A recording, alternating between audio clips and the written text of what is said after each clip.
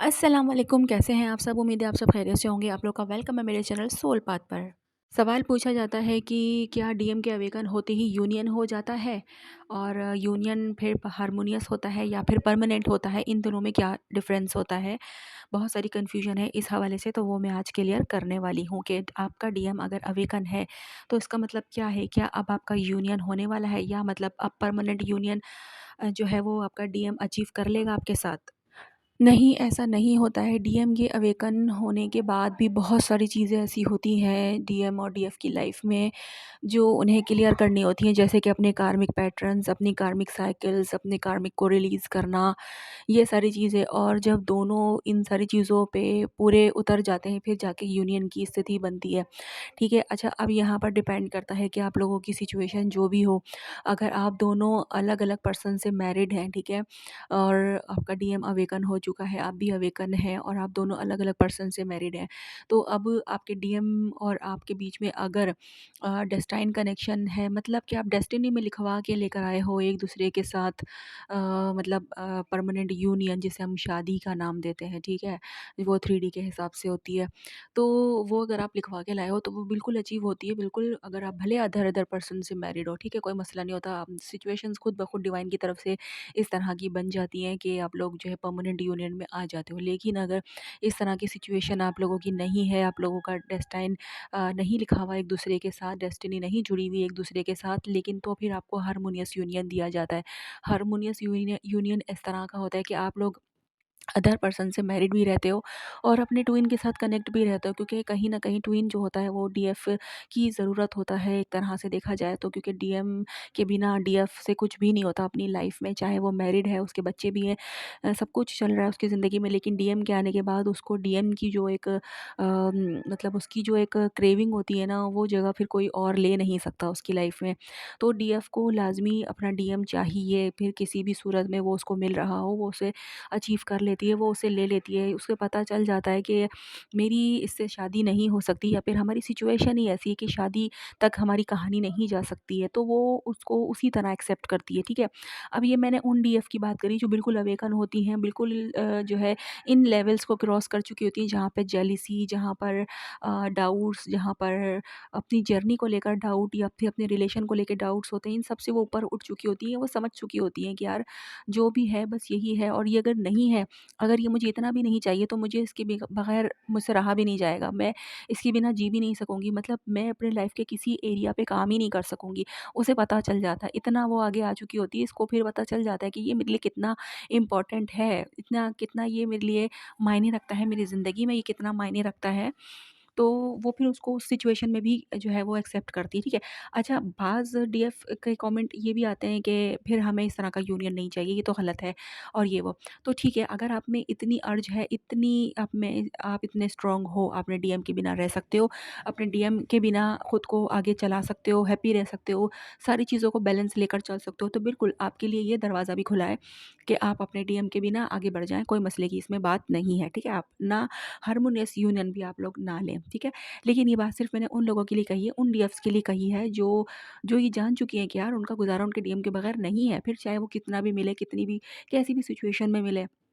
वो मुझे कबूल है, ठीक है? वो डीएफ है और वो जो इस सिचुएशन में होंगी, वो डीएफ एग्री करेंगी इन बातों से कि उनको खुद को पता है कि उन्होंने दूर जाकर भी देखा होगा, ठीक है? बहुत बहुत सारे डीएफ ने दूर जाके भी चेक किया होगा कि मैं दूर जा जाकर रह पा रही हूँ, नहीं रह पा रही हूँ, क्या सिलसिला चल रहा है, क्या नहीं, लेकिन वो नहीं रह पाती होंगी, वो बैलेंस ही नहीं रह पाती होंगी। कुछ टाइम के लिए वो कोशिश करती होंगी, लेकिन फिर उनसे नहीं रहा जाता होगा और उनको घूम फिर कर डीएम चाहिए, ठीक है? तो ये सारी चीज़ें हैं। लेकिन अगर डीएफ इतनी स्टेबल हो चुकी है, इतनी मतलब स्ट्रॉन्ग है कि वो रह सकती है डीएम के बगैर और उसको बिल्कुल उसकी क्रेविंग नहीं हो रही है, बिल्कुल वो उसको नहीं चाहिए, तो बिल्कुल उनके लिए ये है कि वो अलहदा अपने डीएम के बिना भी वो अपनी जर्नी को कंप्लीट कर सकती हैं, क्योंकि अगर उनका डेस्टिनी पार्टनर वो फ़िलहाल नहीं है, 3D के हिसाब से मैं कह रही हूँ, क्योंकि क्योंकि 5D में तो यूनियन हमारा ऑलरेडी होता है, हम 5D में ऑलरेडी एक होते हैं, ठीक है? लेकिन सिर्फ़ दुनिया में आके हम लोगों को अलग-अलग बॉडीज़ के अंदर जो है वो मतलब सर्वाइव करना पड़ता है। ये चीज़ हमारी सिर्फ़ दुनिया के लिए एक चीज़ होती है, क्योंकि हम यहाँ 3D में रह रहे हैं, तो हमें 3D के हिसाब से भी चीज़ों को देखना पड़ता है, ठीक है?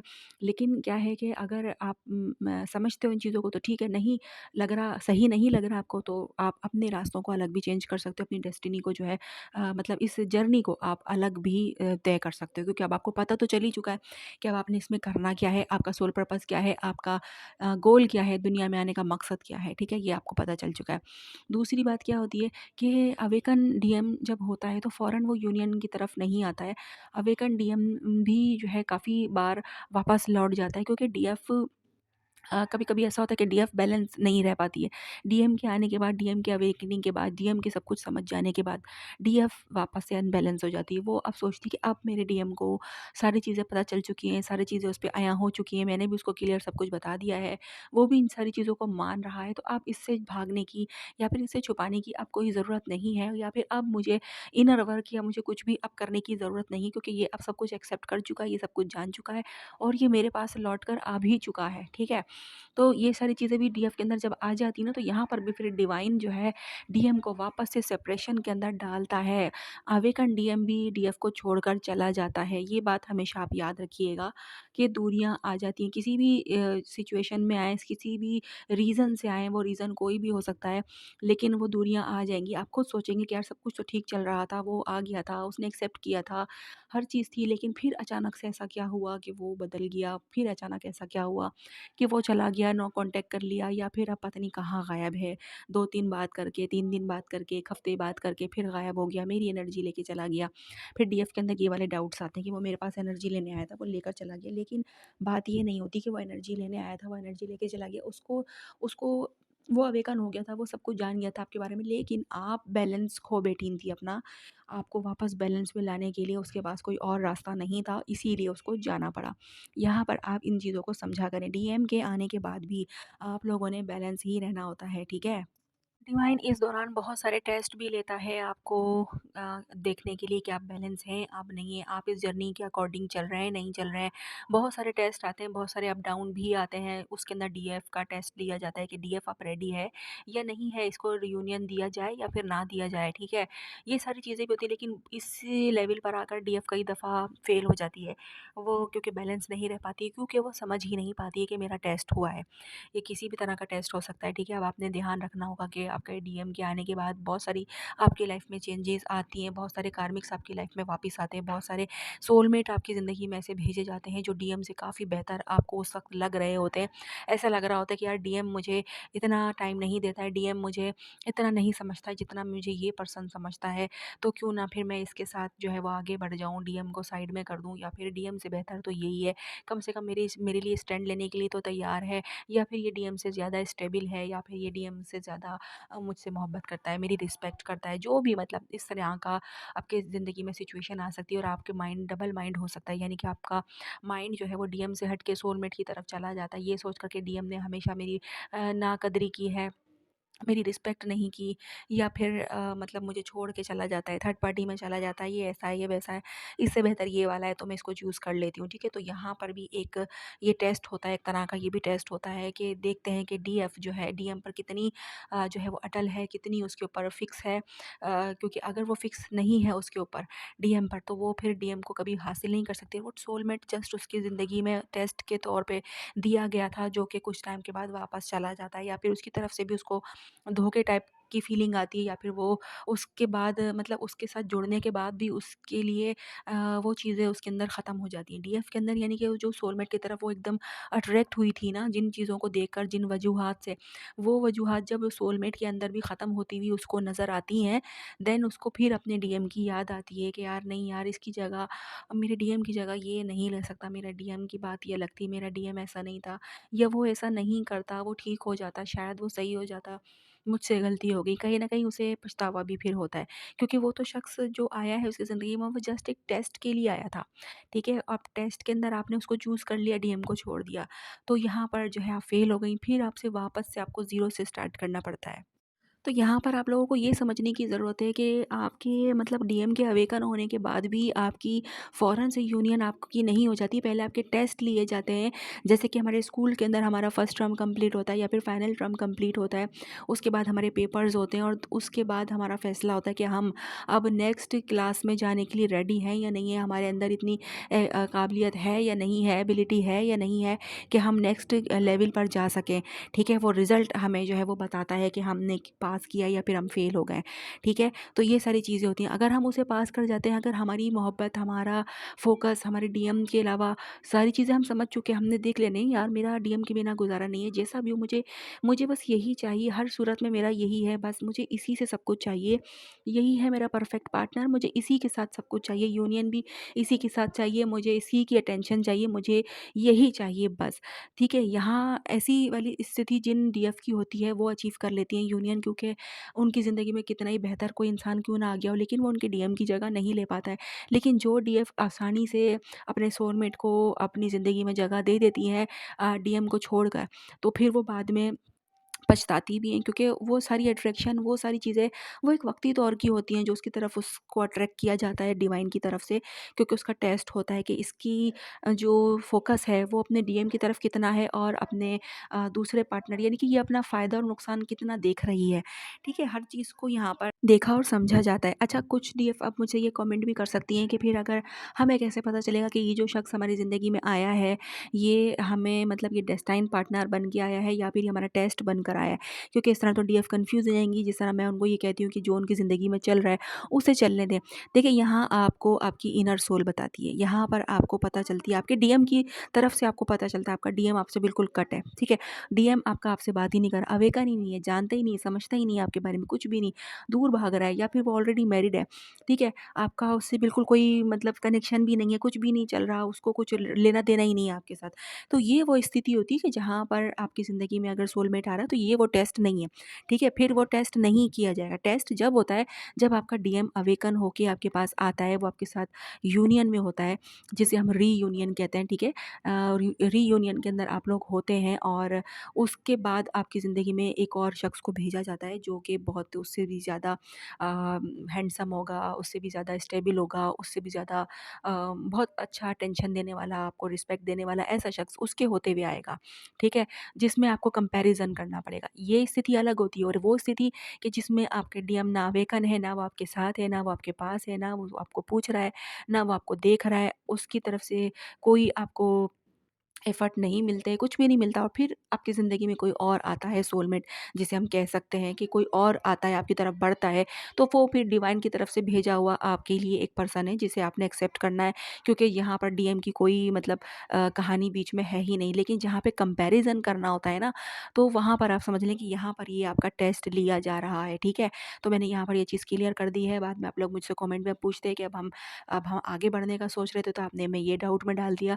तो जनाब, मैंने यहाँ पे ये डाउट क्लियर कर दिया। अगर आप डीएम के साथ हैं, आपका डीएम आपके साथ है, वो सारी चीज़ें कबूल करता है, सारी चीज़ें मानता है, वो अवेकन है, आपको पता है कि वो अवेकन है, वो आपको एक्सेप्ट करने के लिए भी रेडी है, हर चीज़ उसके अंदर ओके है बिल्कुल। लेकिन उसके बाद आपकी ज़िंदगी में उससे बेहतर कोई आता है, तो फिर आप समझ जाएँ कि ये आपका अब टेस्ट लिया जा रहा है। बहुत सारी डीएफ यहीं पर आके फँस जाती है और वो यहीं पे आके सोचती है, यार ये वाला इससे ज़्यादा बेहतर मुझे लग रहा है और डीएम ने वैसे भी मुझे बहुत तकलीफ़ दी, अच्छा है आप इसको भी तकलीफ़ मिले, शायद यही डिवाइन चाहता होगा, शायद यही। लेकिन यहाँ पर आप लोगों ने सिर्फ़ सिचुएशन को समझना होता है कि डिवाइन जो है वो डीएम को भेजकर आपकी ज़िंदगी में और फिर किसी दूसरे पर्सन को क्यों भेज रहा है, टेस्ट लेने के लिए, ये देखने के लिए कि आप अपने डीएम के साथ कितने लॉयल हैं या आप उसके लिए क्या सोच रखते हैं। क्या आपके अंदर उसके लिए नेगेटिविटी है या क्या उसके लिए आप नेगेटिव सोचते हैं या आप उसके लिए बिल्कुल लॉयल हैं और पॉज़िटिव हैं, ठीक है?